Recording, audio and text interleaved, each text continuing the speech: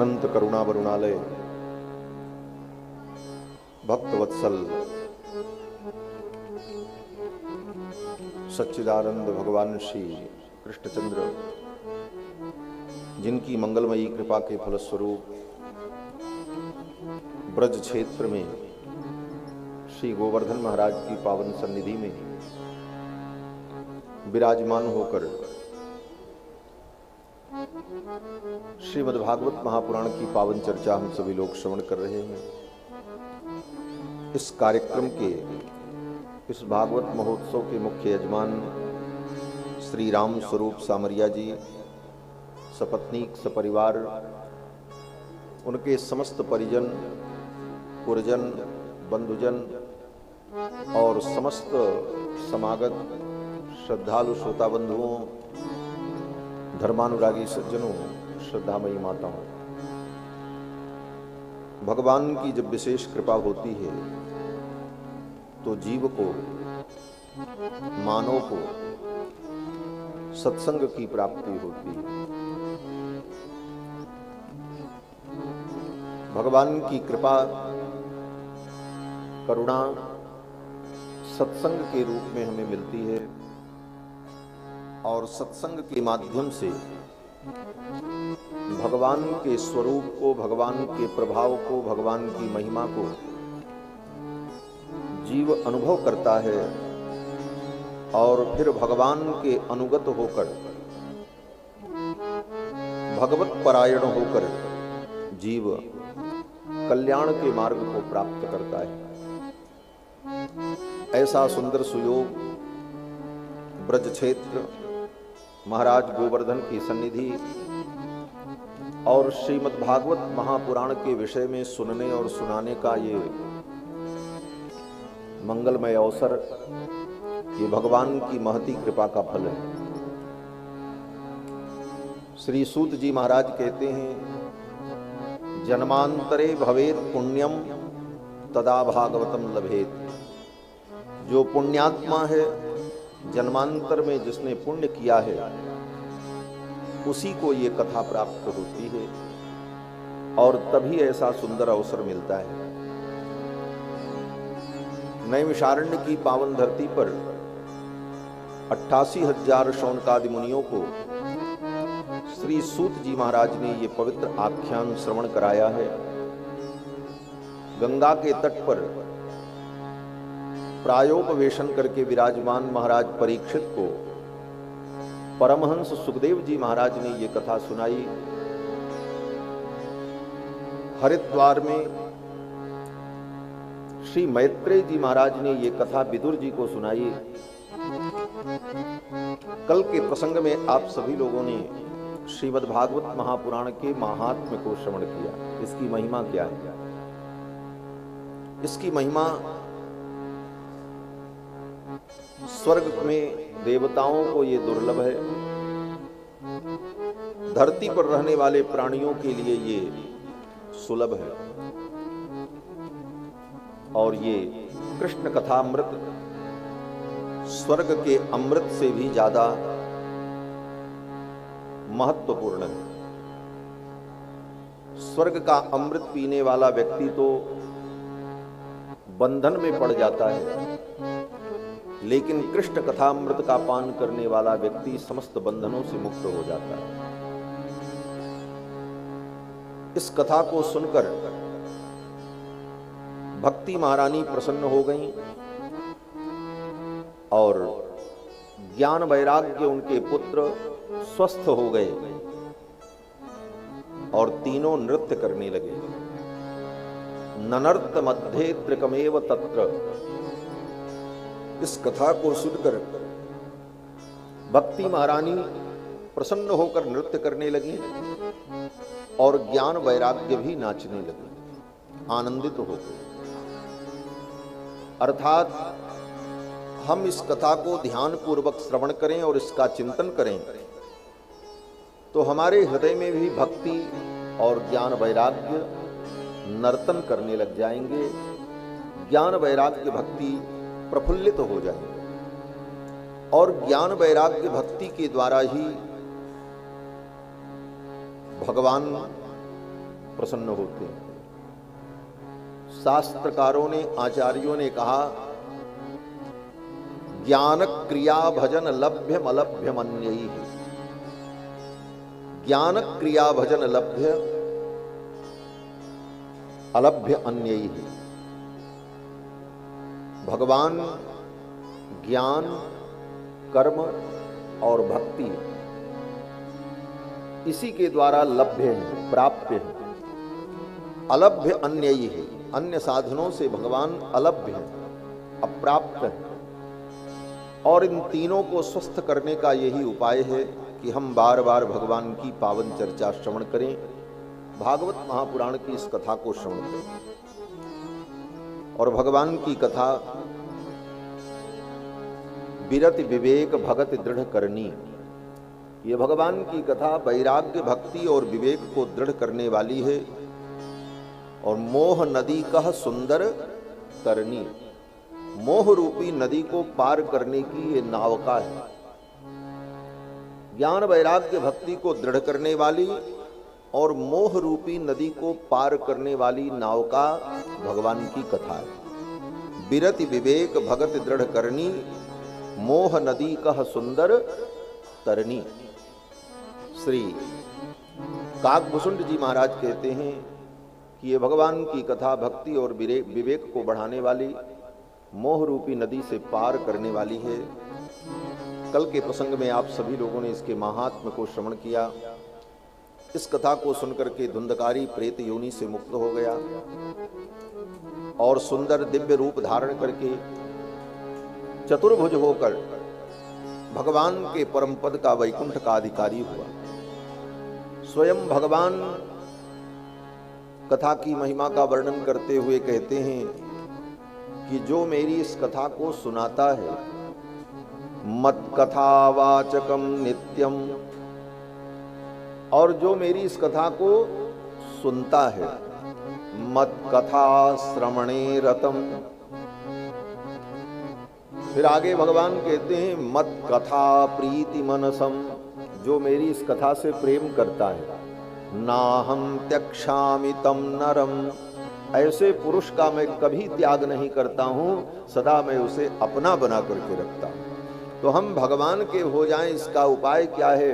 बोले भगवान की कथा का वर्णन करो, भगवान की कथा का श्रवण करो, भगवान की कथा से प्रेम करो। वस्तुतः ये कथा भी भगवान ही है।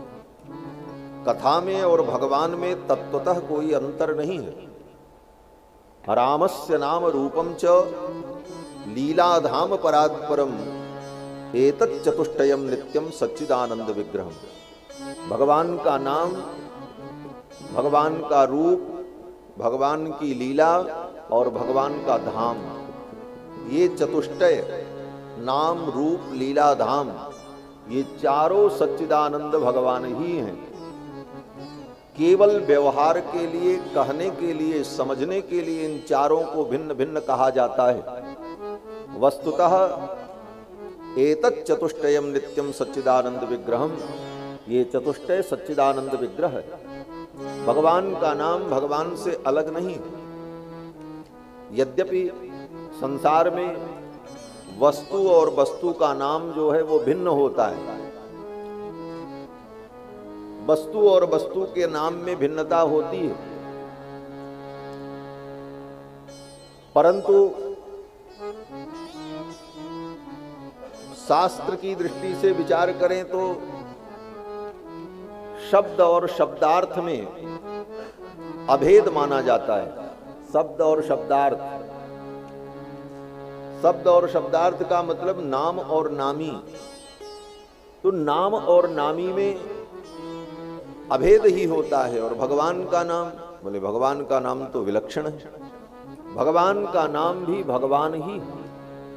इसीलिए हमारे यहाँ संत लोग जब भगवान की जयकारा लगाते हैं तो कहते हैं श्री सीतारामचंद्र भगवान की जय, और फिर भगवान के नाम की भी जय करते हैं, बोले श्री राम नाम महाराज की जय। ये भगवान का नाम भी महाराज है, ये भगवान है। और गोस्वामी जी तो कहते हैं भगवान के नाम को अपने जिह्वा रूपी पालने में बैठाकर धीरे धीरे झुलाते रहो। जिह्वा से नाम का उच्चारण करो तो ये भाव करो कि जैसे मैया यशोदा अपने लाला को पालना में डाल करके झुलाती है, उसी प्रकार जीभ रूपी पालने पर बैठा करके नाम महाराज को प्रेम से झूला झुलाते रहो। जीह जसोमति हरिहल धर सुन। भगवान के नाम को जीभ रूपी पालना में रखकर और धीरे धीरे प्रेम पूर्वक इनको झुलाते रहो। श्री कृष्ण गोविंद हरे मुरारे, हे नाथ नारायण वासुदेव। तो भगवान का नाम तो स्वयं भगवान है। भगवान की लीला, बोले जिस लीला को हम श्रवण कर रहे हैं, ये लीला भी भगवान ही है। जब श्री सुखदेव जी ने राजा परीक्षित को कथा सुनाई और 7वें दिन श्री सुखदेव जी महाराज जब विदा होने लगे तो राजा परीक्षित ने उनके चरणों में प्रणाम किया और महाराज परीक्षित ने कहा कि हे भगवान, आपके अनुग्रह से मैं सिद्ध हो गया। सिद्धोस्मि अनुगृहीतोस्मि भवता करुणात्मना। राजा परीक्षित ने कहा कि सिद्धोस्मि अनुगृहीतोस्मि भवता करुणात्मना। आपने मुझ पर करुणा की, गोविंद की कथा सुनाई, मैं सिद्ध हो गया, अनुगृहीत हुआ। और आगे पंक्ति में राजा परीक्षित कहते हैं कि श्रावितो यच्च साक्षात अनादि निधनो हरिः। आपने जो हमको सुनाया है, क्या सुनाया है? राजा परीक्षित कहते हैं आपने भगवान हरि को सुनाया है। राजा परीक्षित यही कहते हैं ये कथा ही हरि है। और कथा के रूप में भगवान ही हमारे हृदय में भाव रूप में प्रविष्ट होते हैं। जीवन में अगर व्यक्ति ने कथा नहीं सुनी तो इसके हृदय में भगवान का प्रवेश नहीं हो सकता। कथा के माध्यम से ही भाव रूप में भगवान हमारे हृदय में प्रवेश करते हैं। प्रविशति हृदय तेषाम भक्ति सूत्रोपनद्धा। भक्ति के सूत्र में नद्ध होकर भगवान कथा के माध्यम से, कथा के रूप में ही हमारे हृदय में प्रवेश करते हैं। तो ये कथा भी भगवान का रूप है। और भगवान का धाम, बोले भगवान का धाम भी भगवान का स्वरूप है। श्री वृंदावन धाम, श्री गोवर्धन, श्री अयोध्या जी, श्री चित्रकूट, ये जितने धाम हैं ये धाम भी भगवान ही है। धाम में निवास करे तो ये भावना करनी चाहिए हम भगवान की गोद में बैठे हुए, भगवान के ही अंक में हम विराजमान हैं, ये भावना करनी चाहिए। कहने का तात्पर्य कि नाम रूप लीला धाम ये चारों सच्चिदानंद विग्रह। श्रीमद् भागवत महापुराण ये तो स्वयं साक्षात भगवान श्री कृष्ण का शब्दमय विग्रह है, भगवान की शब्दमयी मूर्ति है श्रीमद् भागवत महापुराण। भगवान जब अपनी लीला का संवरण करके निज धाम जाने लगे, उद्धव जी को ज्ञान वैराग्य भक्ति इन सब विषयों का उपदेश किया भगवान ने। और भगवान ने कहा आप जाकर के बद्रीनाथ धाम में तुम निवास करो और मेरा भजन करना, मेरा स्मरण करना। अब मैं अपनी लीला को पूर्ण करने जा रहा हूं। तो उद्धव जी ने कहा हे भगवान, आप अपनी लीला को पूर्ण करके वैकुंठ चले जाएंगे तो आपके भक्त आपके वियोग में कैसे रहेंगे, किस रूप में आपका अनुभव करेंगे भक्त लोग। तो भगवान ने कहा इस बार लीला पूर्ण करके मैं जाऊंगा, लेकिन कहीं अन्यत्र नहीं जाऊंगा, यहीं रहूंगा। उद्धव जी ने कहा किस रूप में? भगवान ने कहा श्रीमद् भागवत ग्रंथ के रूप में इसी धरती पर मैं रहूंगा, मैं कहीं नहीं जाऊंगा। और ये कहते हुए भगवान ने अपनी ज्योति को अपने तेज को श्रीमद् भागवत ग्रंथ में प्रतिष्ठित कर दिया।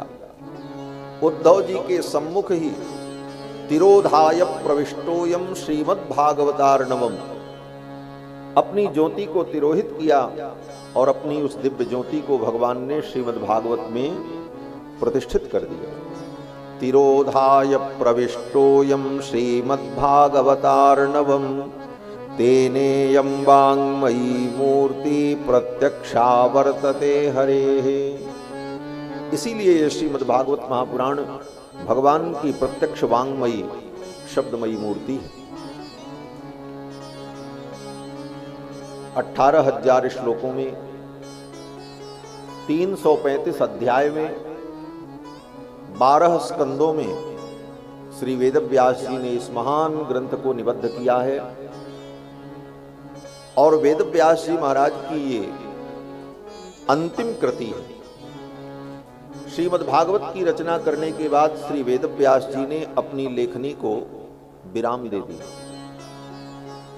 17 पुराण, महाभारत, इन सारे ग्रंथों को लिखने के बाद सबसे अंत में वेदव्यास जी ने भागवत की रचना की और इसके बाद फिर वेदव्यास जी ने अपनी लेखनी को विराम दे दिया। क्यों? बोले इसके बाद फिर कुछ लिखने के लिए बचा ही नहीं। अंतिम सिद्धांत, समस्त शास्त्रों का सार, समस्त वेदों का सार श्रीमद् भागवत के रूप में वेदव्यास जी ने प्रस्तुत कर दिया और इस परम फल को पाकर के भक्त लोग परम आनंदित हुए। सर्वप्रथम इसकी रचना करके वेदव्यास जी ने अपने पुत्र शुकदेव को पढ़ाया। नैमिषारण्य में सूत जी महाराज ये कथा सौनकादि मुनियों को सुना रहे हैं। सर्वप्रथम सत्य स्वरूप परमात्मा को प्रणाम किया और फिर इस पुराण में कपट रहित विशुद्ध धर्म का वर्णन किया गया है। ये प्रतिज्ञा बताई, ये वेद रूपी वृक्ष का पका हुआ फल है, इस रस का पान करो, ये उपदेश किया और फिर सूत सौनक संवाद प्रारंभ होता है। सौनक जी महाराज ने सूत जी से प्रश्न किया। प्रश्न करने पर ही कथा आगे बढ़ती है। जहां कहीं भी ज्ञान विज्ञान का वर्णन है वहां पर किसी जिज्ञासु के द्वारा प्रश्न होता है और तब महापुरुष उसका जब उत्तर देते हैं तो कथा की गंगा, ज्ञान की गंगा, भक्ति की गंगा प्रवाहित होती है। अर्जुन ने भी भगवान से जब प्रश्न किया तब भगवान ने अर्जुन को उपदेश किया। अर्जुन ने कहा, शिष्यस्तेहम साधिमाम त्वाम प्रपन्नम, हे भगवान मैं आपका शिष्य हूं, आप मुझे उपदेश करो। तो भगवान ने अर्जुन को उपदेश किया। पार्वती जी ने भगवान शंकर से पूछा, आप हमको कथा सुनाओ। पूछे रघुपति कथा प्रसंगा, सकल लोक जग पावनी गंगा। तब भगवान शंकर ने सुनाया। श्री गरुण जी महाराज ने काकभूषुंड जी से प्रश्न किया तो काकभूषुंड जी ने उनको कथा सुनाई। क्यों? बोले बिना पूछे किसी को ज्ञान नहीं देना चाहिए, ये नियम है। बिना पूछे अगर किसी को आप ज्ञान दोगे तो वो ज्ञान तुम्हारा व्यर्थ हो जाएगा। श्री मनु जी महाराज मनु स्मृति में कहते हैं कि ना पृष्टक कस्यचिन ब्रूयान न चान्यायेन पृक्षतः। मनु जी कहते हैं कि ना पृष्टः कस्यचिन ब्रूयान, जब तक सामने वाला व्यक्ति पूछे नहीं तब तक मत बताओ। और अगर वो अन्याय पूर्वक पूछे तब भी मत बताओ। न चान्यायेन पृच्छतः। अन्याय पूर्वक पूछना क्या है? कोई लाठी मार करके, कोई डरा करके थोड़ी पूछ सकता है। कहते अन्याय पूर्वक पूछने का मतलब है कि सामने वाला व्यक्ति अपने को अज्ञानी भी नहीं मानना चाहता, अहंकार से युक्त है और सामने वाले व्यक्ति से ज्ञान प्राप्त करना चाहता है, लेकिन स्वयं प्रश्न न करके किसी दूसरे से प्रश्न करा करके उसका उत्तर प्राप्त करना चाहता है। ऐसे अज्ञानी व्यक्ति को भी उत्तर नहीं देना चाहिए। न चान्यायेन पृच्छतः जानन्नपि मेधावी जड़वल्लोक आचरेत्। सब कुछ जानते हुए जड़ के समान बने रहो, किसी को कुछ मत बताओ। जब पूछे तब बताओ। जब तक व्यक्ति को प्यास नहीं होगी तब तक वो पानी का महत्व नहीं समझ सकता। इसलिए सबको उपदेश नहीं करना चाहिए। उसके अंदर जिज्ञासा हो, त्वरा हो, लालसा हो, वो अधिकारी हो, तब उसे उपदेश करना चाहिए। सौनकादि मुनियों ने सूत जी महाराज से प्रश्न किया, भगवान आपने बहुत कथा सुनाई, अब आप कृपा करके सूताख्या ही कथा सारम मम कर्ण रसायनम। सौनक जी ने कहा, हे सूत जी महाराज, कथा तो आपने खूब सुनाई, अब आप कृपा करके कथा का सार हमें सुना दो। सूताख्या ही कथा सारम। कैसा कथा सार? सौनक जी कहते मम कर्ण रसायनम, जो मेरे कानों में जाए और रसायन बनकर, रसायन माने औषधि, औषधि बनकर के हमारे जीवन के भव रोग को, अज्ञान के रोग को दूर कर दे। सूताख्या ही कथा सारम मम कर्ण रसायनम। ये भगवान की कथा वो औषधि है जो औषधि हमारे हृदय के रोग को, काम क्रोधादिक विकारों को, रोगों को नष्ट करने वाली है। सूत जी महाराज कहते हैं, हे मुनियों, मैं आपको कथा सुनाऊंगा। क्यों सुनाऊंगा? ये शौनक जी महाराज बहुत बड़े व्यक्ति हैं, बड़े नाम वाले व्यक्ति हैं। इनको हम कथा सुनाएंगे तो हमारा भी नाम हो जाएगा कि अरे ऐसे जजमान को कथा सुनाई। ये बड़े पैसे वाले हैं, इनको कथा सुनाएंगे तो ये बहुत बड़ी दक्षिणा दे देंगे, इसलिए कथा सुना दें। सूत जी कहते हैं, प्रीति ही शौनक चित्ते ते यतो वच्मि विचार्यते। हे शौनक, तुम्हारे हृदय में भगवान के प्रति प्रीति है, इसलिए मैं तुमको कथा सुनाऊंगा। कथा उसी को सुनानी चाहिए जिसके हृदय में भगवान के प्रति प्रीति। भगवान के प्रति जिसे प्रीति है उसे कथा अवश्य सुनानी चाहिए, वही कथा का अधिकारी है। बाकी बहुत कुछ धन संपत्ति लुटा करके बड़ी से बड़ी कथा का आयोजन किया जा सकता है, वो अलग विषय है, परंतु कथा का अधिकारी वही है जिसके हृदय में भगवान के प्रति प्रीति है। प्रीति ही शौनक चित्ते ते ह्यतो वच्मि विचार्य च। सौनक जी ने कहा, हे भगवान, मैं ये जानना चाहता हूं कि श्रेय क्या है। पहला प्रश्न किया, किम श्रेय? श्रेय किसे कहते हैं? श्रेय का मतलब होता है निश्चित कल्याण, और जो मेरे लिए परम हितकारी हो उसको श्रेय कहते हैं। कैसा हितकारी? बोले जो आज भी हमारे लिए हितकारी है, पहले भी अधिक हमारे लिए हितकारी था, आगे भी हमारे लिए हितकारी होगा, उसे श्रेय कहा जाता है। ये शास्त्र की भाषा है। श्रेय, श्रेय की प्राप्ति के लिए ही ये सारा प्रयत्न है, धर्म कर्म अनुष्ठान यज्ञ याग आदि। यश्रेयः स्यान् निश्चितम ब्रूहि, गीता में भी भगवान ने यही कहा। अर्जुन ने यही प्रश्न किया, यत् श्रेयः स्यान् निश्चितम ब्रूहि। अर्जुन ने भी यही पूछा कि हमारा श्रेय क्या है। अर्जुन ने जब प्रश्न किया गीता में तो यही पूछा, यत् श्रेयः स्यान् निश्चितम ब्रूहि शिष्यस्तेहम साधिमाम त्वाम प्रपन्नम। ये 17 पुराण और महाभारत वेद व्यास जी ने क्यों बनाया? तो वेद व्यास जी कहते हैं लोगों को श्रेय की प्राप्ति हो इसलिए मैंने बनाया।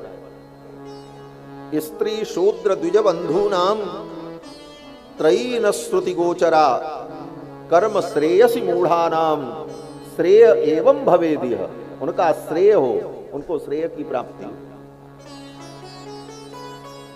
यहां पर सौनक जी ने भी यही प्रश्न किया, किम श्रेयः, श्रेय क्या है? हम जीवन व्यतीत कर लेते हैं लेकिन श्रेय क्या है ये हम जान नहीं पाए। कारण बोले प्रेय के पीछे भागते हैं इसलिए श्रेय छूट जाता है। प्रेय और श्रेय में अंतर क्या है? बोले जो हमको प्रिय लगता है वो प्रेय है, और जो प्रेय होता है वो बदलता रहता है। जो आज हमको प्रिय लग रहा है जरूरी नहीं है कि वो कल भी हमको प्रिय लगेगा। प्रेय जो है वो परिवर्तनशील होता है। प्रेय के द्वारा हमें लगता है कि ये प्रिय वस्तु हमें प्राप्त हो जाएगी तो हम सुखी हो जाएंगे, आनंदित हो जाएंगे। लेकिन वह प्रिय वस्तु कुछ तो आनंद देती है, लेकिन बाद में फिर उसी प्रिय वस्तु से हमें दुख भी हो जाता है। और श्रेय, बोले श्रेय वो है जिससे सदा सुख ही होता है, आनंद ही होता है, श्रेय कभी परिवर्तित नहीं होता है। प्रेय और श्रेय में यही अंतर है। हम प्रेय के पीछे भागते हैं और श्रेय को छोड़ देते हैं।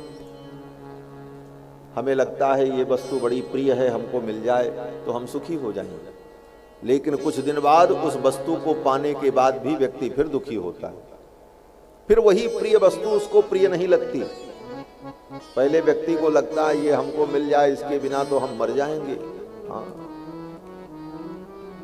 उसके लिए व्यक्ति रोता है, कलपता है, और जब वो वस्तु मिल जाए तो कुछ दिन बाद उससे वो तृप्त हो जाता है, फिर उस वस्तु को देखने का मन नहीं करता। प्रेय जो है यही है, परिवर्तनशील।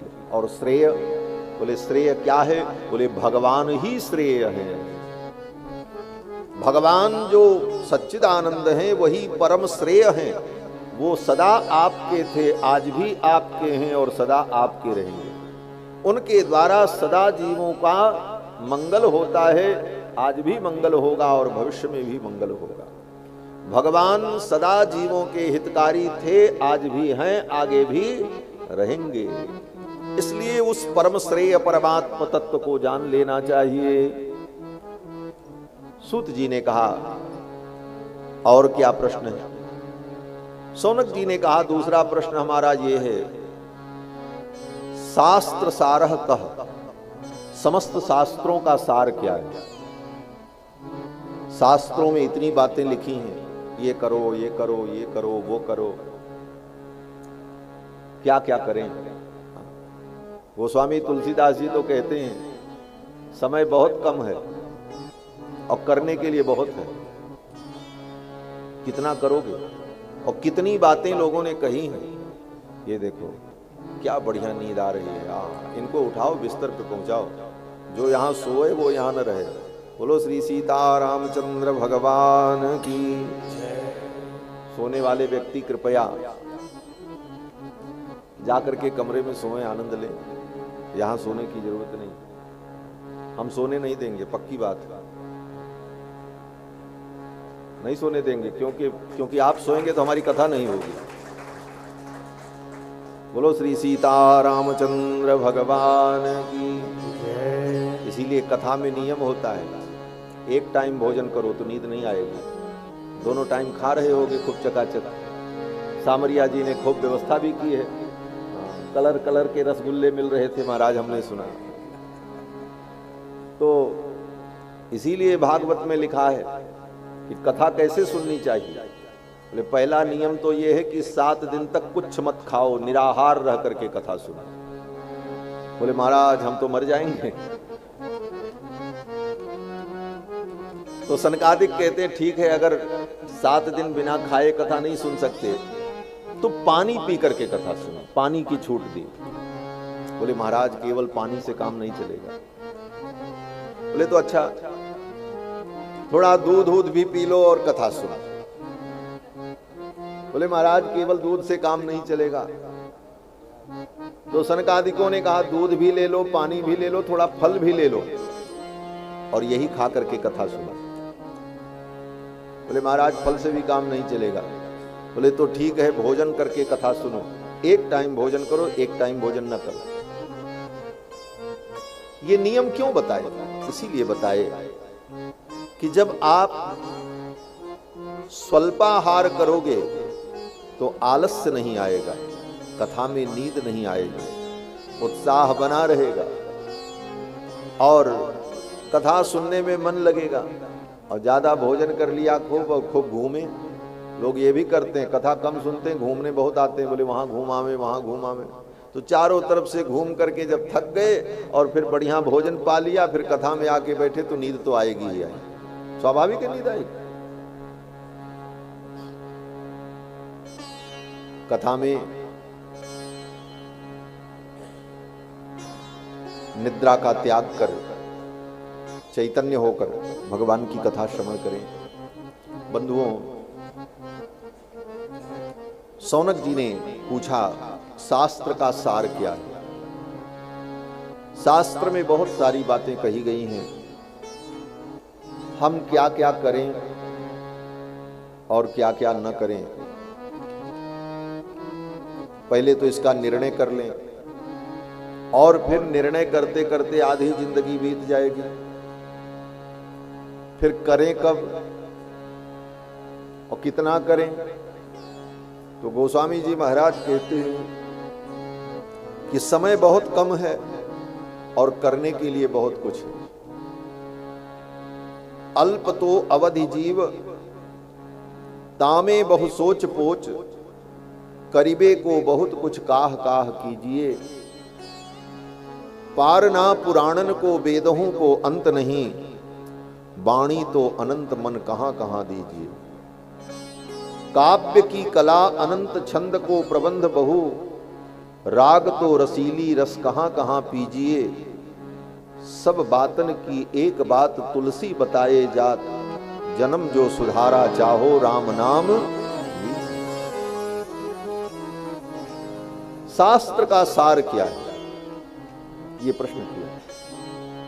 तीसरा प्रश्न किया स्वावतार प्रयोजनम, भगवान के अवतार का प्रयोजन क्या है, भगवान अवतार क्यों लेते हैं। और चौथा प्रश्न किया सौनक जी ने किम कर्म, अवतार लेकर के भगवान क्या क्या करते हैं।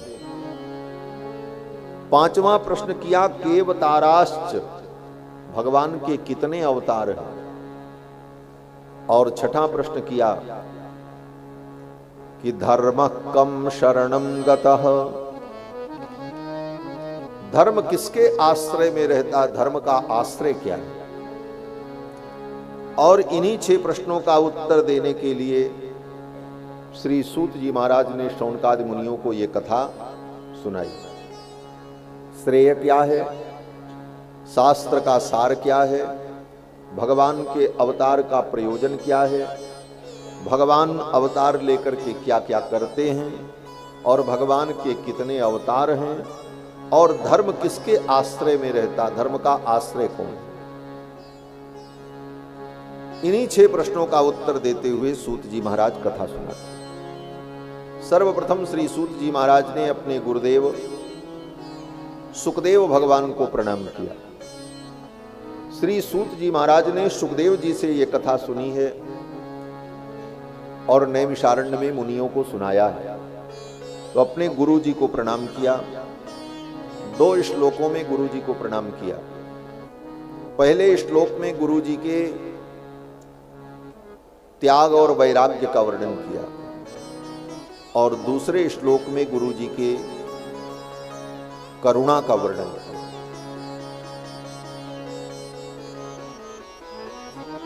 ज्ञान, वैराग्य और करुणा, ये 2 गुण गुरु के अंदर होना चाहिए। गुरु के अंदर अगर ज्ञान वैराग्य नहीं है तो ऐसे गुरु से शिष्य का कल्याण नहीं होगा। और ज्ञान वैराग्य है लेकिन करुणा नहीं है तो वो किसी को उपदेश नहीं करेंगे, किसी के कल्याण की भावना ही नहीं होगी। उनके मन में ज्ञान वैराग्य है, वो अपना कल्याण कर लेंगे, किसी जीव का कल्याण उनके द्वारा नहीं होगा। इसलिए गुरु के अंदर ज्ञान वैराग्य भक्ति भी हो और साथ साथ में जीवों के प्रति करुणा का भाव हो, तभी ऐसे गुरु और आचार्य के द्वारा जीवों का कल्याण होता है। सूत जी महाराज ने अपने गुरु जी के अंदर इन दोनों गुणों का अनुभव किया। सूत जी के अंदर ज्ञान वैराग्य, सुखदेव जी के अंदर ज्ञान वैराग्य कितना है? बोले ऐसा ज्ञान, ऐसा वैराग्य, जन्म लेते ही जंगल की ओर चले गए। संसार की किसी वस्तु में उनकी आसक्ति नहीं, जन्म सिद्ध योगी। और करुणा, बोले करुणा इतनी कि जिस व्यक्ति के पास भिक्षा लेने के लिए समय नहीं है, सुखदेव जी भिक्षा मांगने किसी गृहस्थ के द्वार पर जाते तो कितनी देर रुकते थे? बोले जितने देर में गाय दुही जाती है। द्वार हरि के चरणों में प्रेम करें। प्रेम ही भक्ति है। भक्ति का मतलब होता है प्रेम।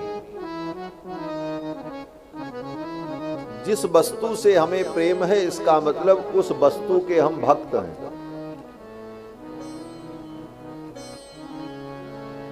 कहते हैं ना, पति से बहुत प्रेम हो तो पत्नी को क्या कहा जाता है? बोले पति भक्ता है, ये पति की भक्ता है। और पति को पत्नी से बहुत प्रेम हो जाए तो लोग कहते हैं महाराज ये पत्नी भगत है। हाँ, पत्नी भगत कहलाते हैं। तो प्रेम का मतलब ही भक्ति है। प्रेम का मतलब भक्ति। भगवान से प्रेम हो जाए तो इसका नाम भक्ति है। सवई पुंसाम परो धर्मो यतो भक्ति रधोक्षरी। सबसे बड़ा परम धर्म यही है कि भगवान से हमें प्रेम हो जाए, और भगवान से हमारा प्रेम नहीं होता। भगवान से प्रेम ओम करना बड़ा कठिन काम है महाराज। कहाँ होता है? बोले महाराज ये दुनिया के लोग कर रहे हैं। बोले साहब ऐसा ही है। भगवान से प्रेम होने का मतलब जैसे संसार में आपका किसी से प्रेम है और उसके बिना आप व्याकुल हो जाते हैं, उसी तरह भगवान के लिए भी व्याकुलता हो जाए। कहाँ व्याकुलता होती है? दुनियादारी चलती रहती है। समय समय पर भगवान की आरती कर लेते हैं, फूल चढ़ा देते हैं, एक विधि कर देते हैं, एक व्यवहार निभा देते हैं। वस्तुतः भगवान से विशुद्ध प्रेम नहीं हो पाता। भगवान से प्रेम हो, इसी का नाम भक्ति है। सवई पुंसाम परो धर्मो यतो भक्ति रधोक्षजे। और वो प्रेम कैसा हो, वो भक्ति कैसी हो, इसकी भी विशेषता होनी चाहिए। 2 विशेषताएं बताई। अहैतुक्य प्रतिहता ययात्मा संप्रसीदति। भगवान से प्रेम हो, ये परम धर्म है। और वो प्रेम कैसा हो? अहेतुक हो। अहेतुक माने उसमें कोई हेतु न हो, उसमें कोई कारण न हो, उसमें कोई स्वार्थ न हो। और दूसरी विशेषता उस प्रेम की अप्रतिहता, वो भक्ति रुकने वाली न हो, वो प्रेम रुकने वाला न हो, उत्तरोत्तर बढ़ने वाला हो। और हम संसार में जैसे प्रेम करते हैं वैसे भगवान से करना चाहते हैं। संसार से हमारा प्रेम कैसा होता है? बोले पहले तो स्वार्थ पूर्वक प्रेम होता है। दुनिया में कोई किसी से प्रेम करता है तो स्वार्थ के कारण ही करता है, और पहले तो जब तक स्वार्थ की बात रहती तब तक खूब प्रेम दिखता है, फिर धीरे धीरे वो घट जाता है। लेकिन भगवान की भक्ति में भगवान से प्रेम करने पर ये दोनों बातें हटानी पड़ेंगी। भगवान से प्रेम हो, उसमें कोई स्वार्थ न हो और वो घटने वाला न हो, उत्तरोत्तर प्रेम बढ़ने वाला हो। ये दो विशेषताएं होनी चाहिए। अहै दुःख्य प्रतिहता ययात्मा संप्रसीदति, और उस प्रेम से भगवान प्रसन्न हो जाएंगे। तुम्हारे लड्डू और मालपुआ और गुलाब और कमल की माला से भगवान नहीं प्रसन्न होते, वो तो केवल एक निमित्त बनता है। वस्तुतः भगवान प्रेम से प्रसन्न होते हैं। इसीलिए गोस्वामी जी ने कहा,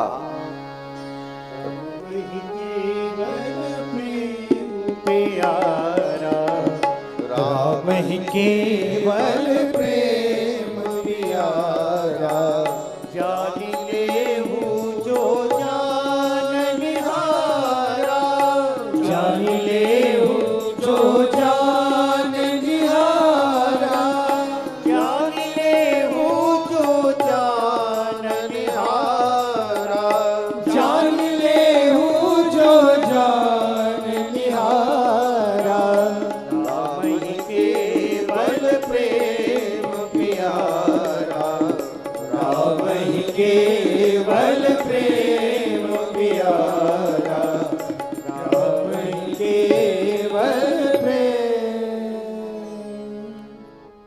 वह भक्ति जो है उसी का नाम प्रेम है। ययात्मा संप्रसीदति, उस प्रेम से, उस भक्ति से ही भगवान प्रसन्न हो। अब वो प्रेम, वो भक्ति हम भगवान को कैसे अर्पण करें? तो सूत जी कहते हैं, मुनियों, ये जो भक्ति है तुम्हारी, इस भक्ति का तुम भगवान से विवाह कर दो। हाँ, क्यों? बोले भक्ति मानो कन्या है। इस भक्ति को, कन्या को तुमने अपने हृदय में बड़ी पवित्रता से पाला। कन्या को बड़ी पवित्रता से पाला जाता है, कन्या में कोई दोष ना आने पावे, वो पवित्र बनी रहे, तब उस कन्या का हम किसी योग्य वर को दान करें। उसी तरह ये भक्ति तुम्हारी कन्या है। इस कन्या को तुमने पवित्रता पूर्वक पाला, अब किसी योग्य वर को इसका दान कर दो। किसको दान करें? बोले ये प्रेम रूपिणी जो कन्या है, भक्ति स्वरूपिणी जो कन्या है, इस कन्या का विवाह कर दो भगवान के साथ। भगवान को कन्यादान कर दो। वासुदेवे भगवती भक्ति योग प्रयोजिता, इस भक्ति को भगवान के साथ जोड़ दो, गठबंधन कर दो, ब्याह कर दो। और ये भक्ति तुम्हारी अगर भगवान से ब्याह गई तो क्या होगा? बोले कन्या का जब हम विवाह कर देते हैं किसी वर के साथ तो क्या होता है? बोले बेटा बेटी पैदा होते हैं।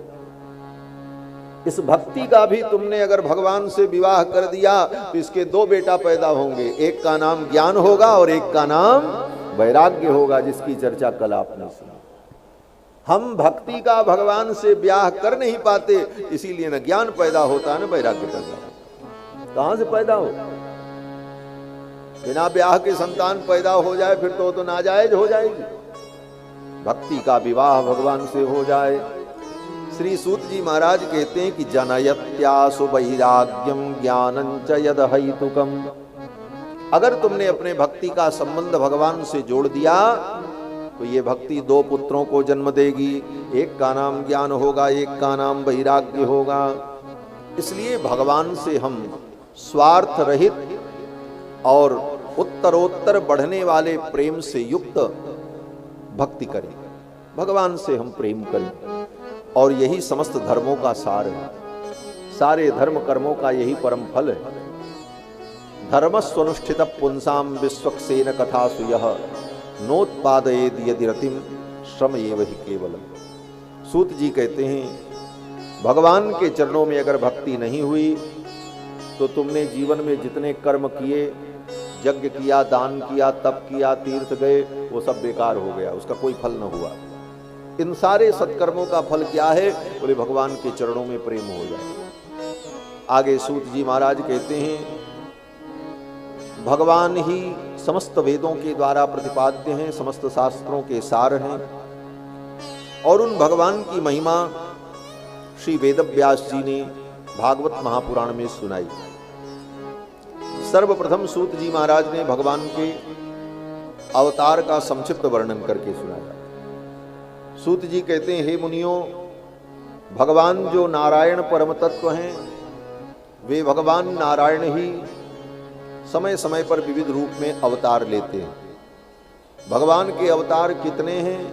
कहते अनंत हैं। फिर भी उन अनंत अवतारों में जो मुख्य अवतार हैं वो 24 अवतार हैं, और उन 24 अवतार में भी जो 22 अवतार अत्यंत प्रमुख हैं, उनका वर्णन यहां पर सूत जी महाराज ने सर्वप्रथम सौनकादि मुनियों को सुनाया, उनका क्रम बताया। यद्यपि क्रम केवल समझाने के लिए, भगवान का कौन अवतार पहले हुआ कौन बाद में हुआ, इसे तर्क के द्वारा सिद्ध नहीं किया जा सकता।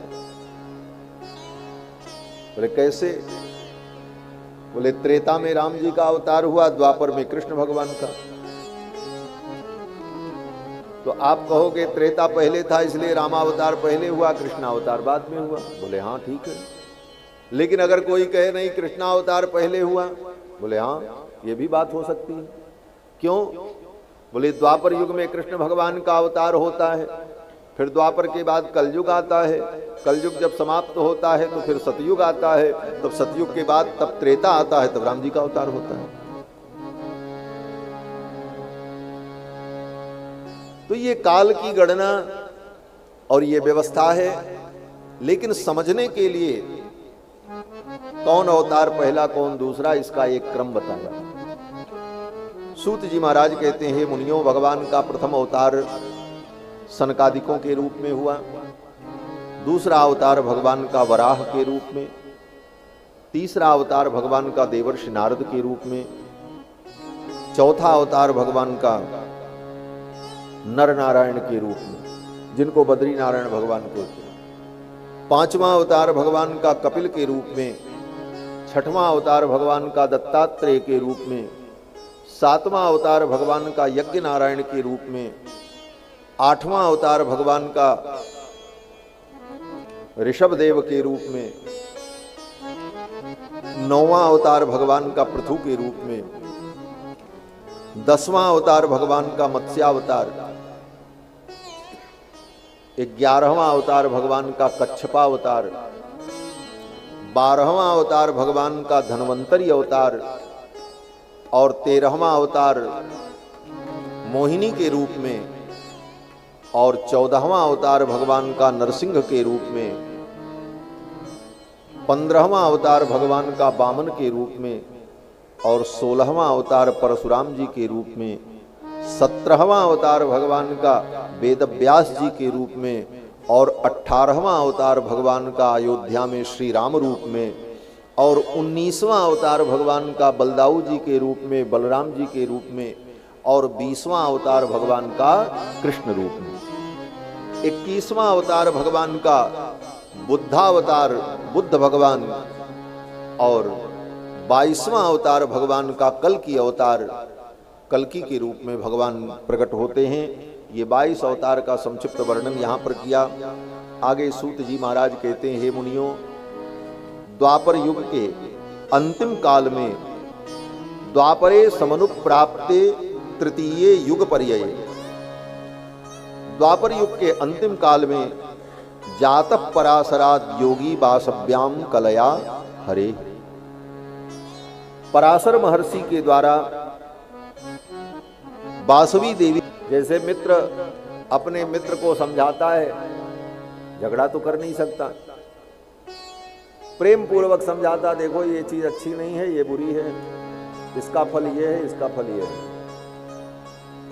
लेकिन संकोच में वो मित्र ये नहीं कहता कि तुम ये करो, मित्र तो यही कहता ये गलत है, ये सही है, ऐसा जिसने किया उसका फल ये हुआ, ऐसा जिसने किया उसका फल ये हुआ। अब बुद्धिमान मित्र अपने मित्र की उस सलाह को, बात को समझ ले और गलत का त्याग कर दे और सत्य का ग्रहण कर ले। ये मित्र सम्मित उपदेश है। तो पुराण जो है ये मित्र सम्मित उपदेश है। पुराण सारे उदाहरण दे देता है, ये कथा वो कथा, इसने ऐसा किया तो ये फल हुआ, ये कथा इसका फल ये हुआ। अब सब सुन करके आप स्वयं करो, करना क्या है। ये मित्र सम्मित उपदेश है। और तीसरा उपदेश होता है कांता सम्मित उपदेश। कांता सम्मित उपदेश का मतलब पत्नी के द्वारा दिया गया उपदेश। पत्नी भी उपदेश देती है। प्रभु सम्मित उपदेश व्यक्ति कभी कभी नहीं मानता, मित्र सम्मित उपदेश भी कभी कभी व्यक्ति नहीं मानता है, उसकी अवहेलना कर देता है। लेकिन पत्नी सम्मित उपदेश, बोले पत्नी जब देखती है कि अब ये किसी से नहीं संभलने वाले हैं, तो अवसर देखकर, मौका पाकर, और जब प्रसन्नता रहती है, मन में उत्साह रहता है, उस समय प्रेम पूर्वक पत्नी जब कोई बात समझाती है और कहती है तो व्यक्ति उसकी बात को मान लेता है। इसको कहते हैं कांता सम्मित उपदेश। तो रामायण और काव्य, इसमें जो उपदेश है वो उपदेश क्या है, बोले कांता सम्मित उपदेश के समान है। सुंदर सुंदर कथा सुनाकर, कथाओं के माध्यम से बीच बीच में जो है ज्ञान का उपदेश होता रहता है और व्यक्ति धीरे धीरे उस ज्ञान को ग्रहण कर लेता है। तो प्रभु सम्मित उपदेश, मित्र सम्मित उपदेश और कांता सम्मित उपदेश, तो ये इसी बहाने, कथा के बहाने उपदेश हो जाता है और इसी में व्यक्ति को ज्ञान की बातें मिल जाती हैं और उसे व्यक्ति जीवन में उतार लेता है। तो द्वापर युग में श्री वेदव्यास जी महाराज जो भगवान के अंश हैं, जातः पराशरात योगी वासव्याम कलया हरे, भगवान हरि की कला है, उनके अंश हैं। वेदव्यास जी ने पुराणों की रचना की, इसीलिए इनका नाम वेदव्यास पड़ा। वस्तुतः इनका नाम कृष्ण है। वेदों का इन्होंने विस्तार किया, इसलिए वेदव्यास कहलाया। नाम तो कृष्ण है और द्वीप में पैदा हुए, इसलिए द्वैपायन। तो पूरा नाम क्या हुआ, बोले कृष्ण द्वैपायन वेदव्यास, ये नाम है। कृष्ण द्वैपायन वेदव्यास, द्वीप में पैदा हुए इसलिए द्वैपायन। पुराणों वेदों का विस्तार किया इसलिए वेदव्यास, और नाम इनका कृष्ण है। और व्यास जी कृष्ण वर्ण भी है, काले। सुखदेव जी भी ऐसे ही एकदम श्याम वर्ण। तो श्री वेदव्यास जी महाराज ने पुराणों की रचना की, 17 पुराण लिख दिया, महाभारत लिखा। और ये पुराण और महाभारत किसके लिए लिखा? पुराण और महाभारत, इन दोनों ग्रंथों की आवश्यकता विशेष रूप से स्त्रियों के लिए और चतुर्थ वर्ण के लिए हुई। कारण, बोले जो लोग वेदों को पढ़कर वेदों के द्वारा तत्व ज्ञान को प्राप्त नहीं कर सकते, उनके लिए कृपा करके भगवान ने वेदव्यास के रूप में अवतार लेकर पुराण और महाभारत की रचना की कि इसे पढ़ करके स्त्रियों को भी ज्ञान की प्राप्ति हो जाए और जो चतुर्थ वर्ण के लोग हैं उनको भी इसे पढ़ करके ज्ञान की प्राप्ति हो जाए। इसीलिए पुराण कोई भी पढ़ सकता है, कोई भी स्त्री भी पढ़े। लोग पूछते हैं महाराज घर में हम भागवत पढ़ सकते हैं? बोले हाँ, खूब पढ़ो। बच्चे पढ़ें, स्त्री पढ़ें, पुरुष पढ़े, कोई भी पढ़े। अपने घर में भागवत, महाभारत, 18 पुराण, इन सब ग्रंथों को अपने घर में पढ़ो। कोई भी पढ़ो, स्त्री पढ़ो, पुरुष पढ़ो, बच्चे पढ़ो, वृद्ध पढ़ो, सबको पढ़ने का अधिकार है। सबके लिए ही तो वेदव्यास जी ने बनाया। स्वयं वेदव्यास जी कहते हैं स्त्री शूद्र द्विज बंधु नाम त्रयी न श्रुति गोचरा। स्त्री, शूद्र और द्विज बंधु, द्विज बंधु माने वो ब्राह्मण जो केवल नाम के ब्राह्मण हैं, नाम के आगे तिवारी पाणे शुक्ला लिख करके घूम रहे हैं, लेकिन न संध्या मालूम है, न गायत्री मालूम है, न शास्त्र का ज्ञान है, न आचरण है, न आहार शुद्ध है। ऐसे जो ब्राह्मण हैं उनको क्या कहा जाता है? बोले द्विज बंधु कहा जाता है। ये द्विज बंधु एक प्रकार से ब्राह्मणों के लिए गाली है। अगर किसी को द्विज बंधु कहो, इसका मतलब कि ये केवल नाम का ब्राह्मण है, इसके अंदर ब्राह्मण के धर्म नहीं है। लेकिन अब है, पैदा तो हुआ धरती पर, उसका भी कल्याण होना चाहिए। सनातन धर्म सबके कल्याण की बात करता है, किसी का त्याग नहीं करता। सनातन धर्म कहता अब तुम जैसे हो, अच्छे हो, बुरे हो, तुम्हारा भी कल्याण होगा, लेकिन तुम्हारे लिए क्या रास्ता है ये तुम जानो। ऐसा नहीं है कि तुम पतित हो गए तो अब तुमको दोजख में ही जाना है, जहन्नुम में ही जाना है, तुम्हारा उद्धार नहीं होगा। हमारे यहाँ सबका उद्धार है। गोस्वामी जी महाराज कहते हैं, बिगड़ी जन्म अनेक की सुधरे अबही आज। अनेक जन्मों की बिगड़ी आज और अभी सुधर जाएगी। क्या करना होगा? गोस्वामी जी कहते हैं कि बिगड़ी जन्म अनेक की सुधरे अबही आज, हो ही राम को राम जप तुलसी तज कुसमाज। आज से ही तुम राम जी के हो जाओ और राम जी का भजन करो, तुम्हारा भी बन जाएगा, तुम्हारी बिगड़ी बन जाएगी, तेरी बन जाएगी राम नाम गाये से। तेरी बन जाएगी गोविंद गुण गाए से, तेरी बन जाएगी गोविंद गुण गाए से, तेरी बन जाएगी गोविंद गुण गाए से, तेरी बन जाएगी गोविंद गुण गाए से, तेरी बन जाएगी गोविंद गुण गाए से, गोपाल गुण गाए से, गोविंद गुण गाए से, गोपाल गुण गाए से, गोविंद गुण गाए से, गोपाल गुण गाए से, गोविंद गुण गाए से, गोपाल गुण गाए से, तेरी बन जाएगी गोविंद गुण गाए से, तेरी बन जाएगी गोविंद गुण गाए से, तेरी बन जाएगी।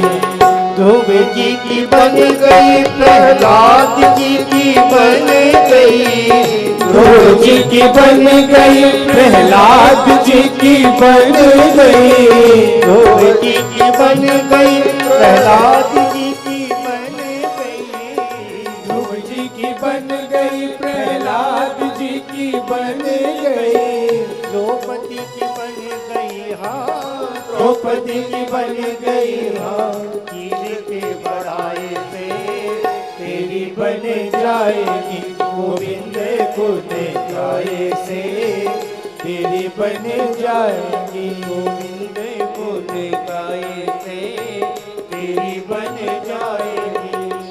बाली की बन गई, सुग्रीव की बन गई, बाली की बन गई, सुग्रीव की बन गई, बाली की बन गई, सुग्रीव की बन गई, बाली की बन गई, सुग्रीव की बन गई, हनुमत की बन गई, हाँ हनुमत की बन गई, हाँ पिया सुन लाए से, तेरी बन जाएगी गोविंद गुण गाए से, तेरी बन जाएगी गोविंद गुण गाए से, तेरी बन जाएगी।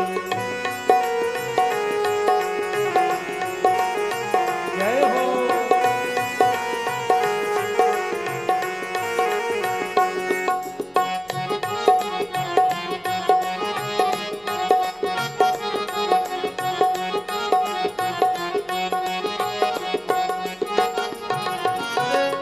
नंद जी की बन गई, यशोदा की बन गई, नंद जी की बन गई, यशोदा की बन गई, नंद जी की बन यशोदा की बन गई, नंद जी की बन गई, यशोदा की बन गई, गोपियन की बन गई, हाँ गोपियन की बन गई, हाँ माखन खवाए से तेरी बन जाएगी गोविंद गुण गाए से, तेरी बन जाएगी गोविंद गुण गाए से तेरी बन जाएगी।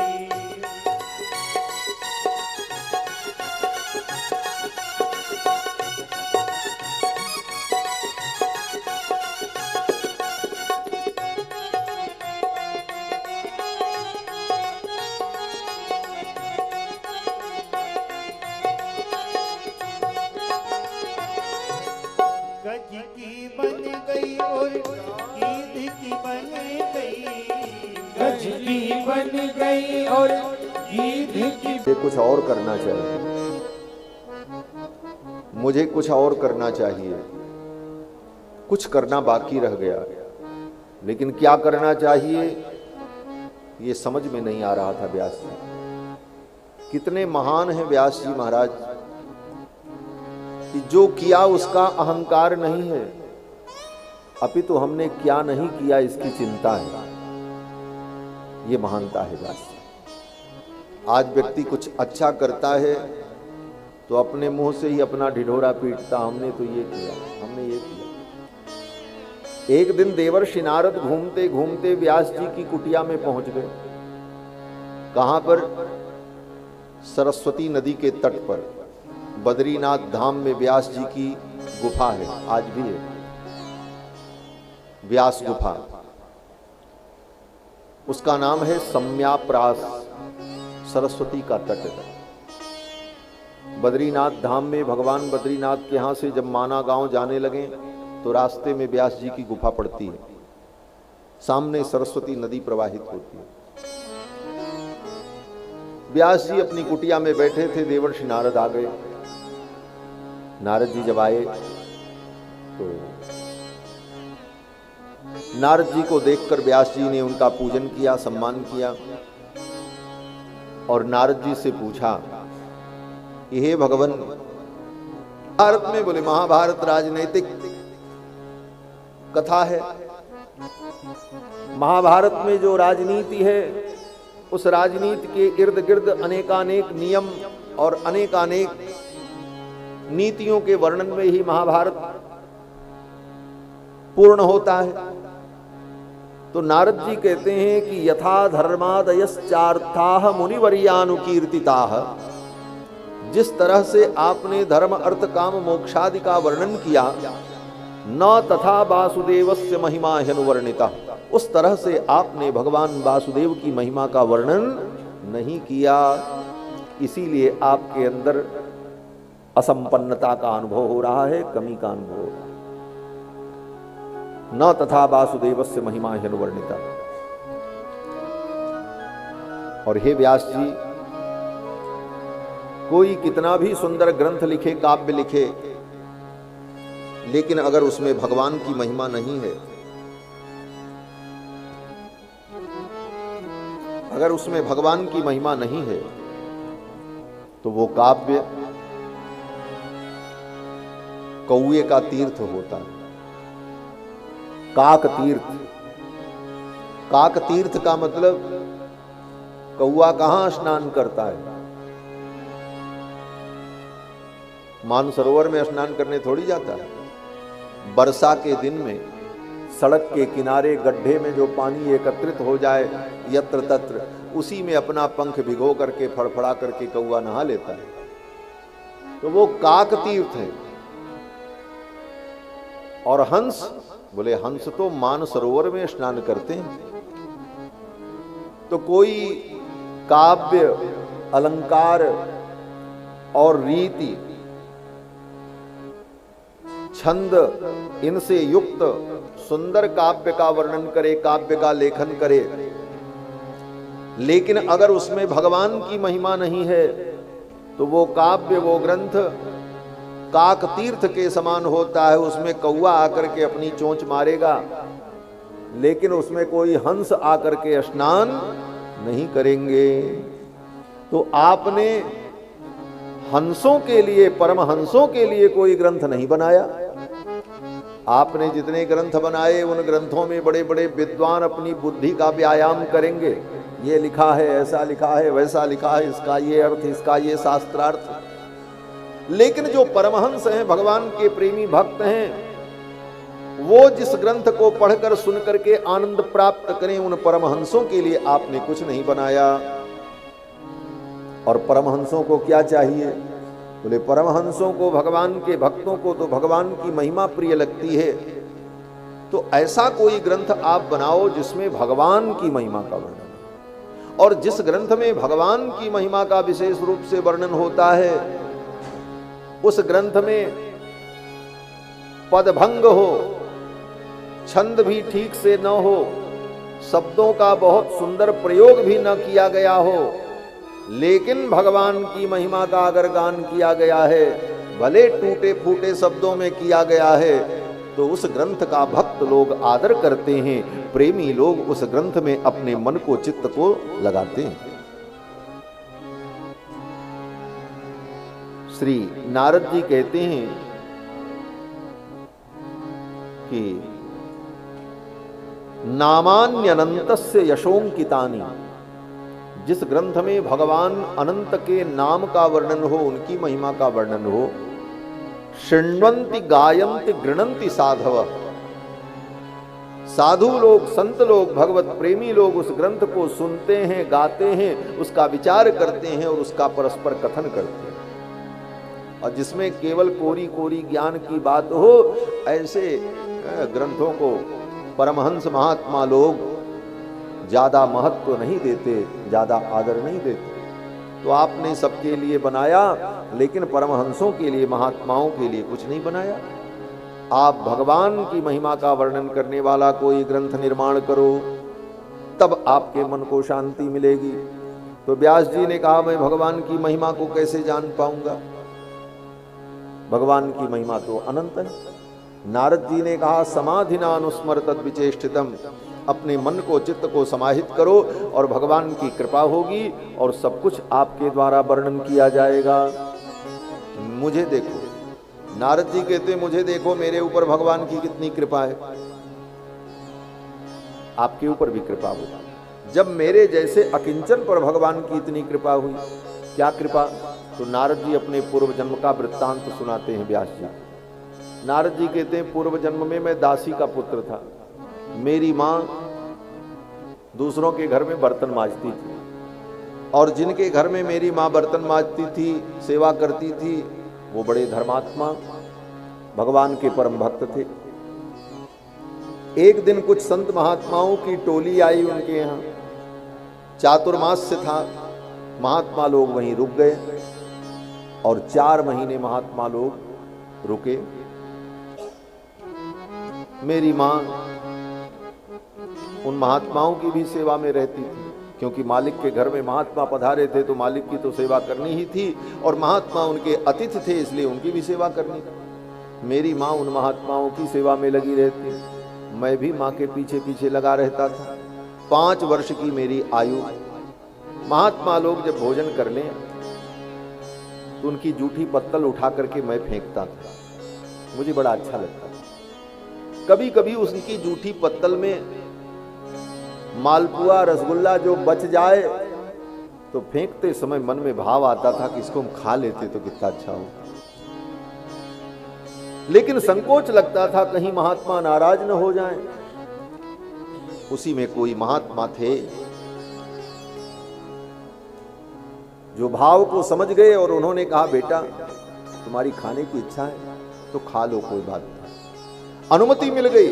अब तो महाराज जब पत्तल उठावे और जूठन उठावे, उसमें जो कुछ बचा रहे संतों का जूठा प्रसाद, नारद जी कहते मैं उसे पा लेता था। पहली बार जब मैंने पाया, पहली बार, उसका परिणाम क्या हुआ? नारद जी कहते हैं, उच्छिष्ट लेपान अनुमोदितो द्विजयी सकृत्स्म भुंजे तदपास्त किल्बिषः। नारद जी कहते हैं, हे व्यास जी, एक बार मैंने पहली बार ज्यों ही वो प्रसाद पाया संतों का उच्छिष्ट, सकृत्स्म भुंजे तदपास्त किल विषः, मेरे जितने पाप थे वो नष्ट हो गए, बुद्धि शुद्ध हो गई और बुद्धि में भगवत भाव प्रकट हो गया, भगवान के प्रति स्वाभाविक प्रेम प्रकट हो गया। जो भगवान के प्रेमी हैं, जो भगवत भक्त हैं, परमहंस हैं, ऐसे महात्माओं का उच्छिष्ट शीत प्रसाद अगर मिल जाए तो पाने वाले व्यक्ति की बुद्धि में भी भगवत प्रेम उत्पन्न हो जाए। क्यों? इस बात को वेद भागवत जैसे ग्रंथ में क्यों कहा? ये जूठा खाने की बात इतनी बड़ी बढ़ा चढ़ा करके क्यों कही गई? भाई जूठा ही तो है, महात्मा का जूठा भी जूठा। कहते देखो, संसार में एक बड़ी प्रसिद्ध बात है, कहावत है, चर्चा है, क्या बोले, जिसका जूठा खाओगे वैसी बुद्धि हो जाएगी। लोग कहते हैं ना कि जिसका जूठा खाओगे वैसी ही तुम्हारी भी बुद्धि हो जाएगी। तो पापी व्यक्ति का जूठा खाओगे तो पाप की बुद्धि हो जाएगी, नीच व्यक्ति का जूठा खाओगे तो नीचों जैसी बुद्धि हो जाएगी।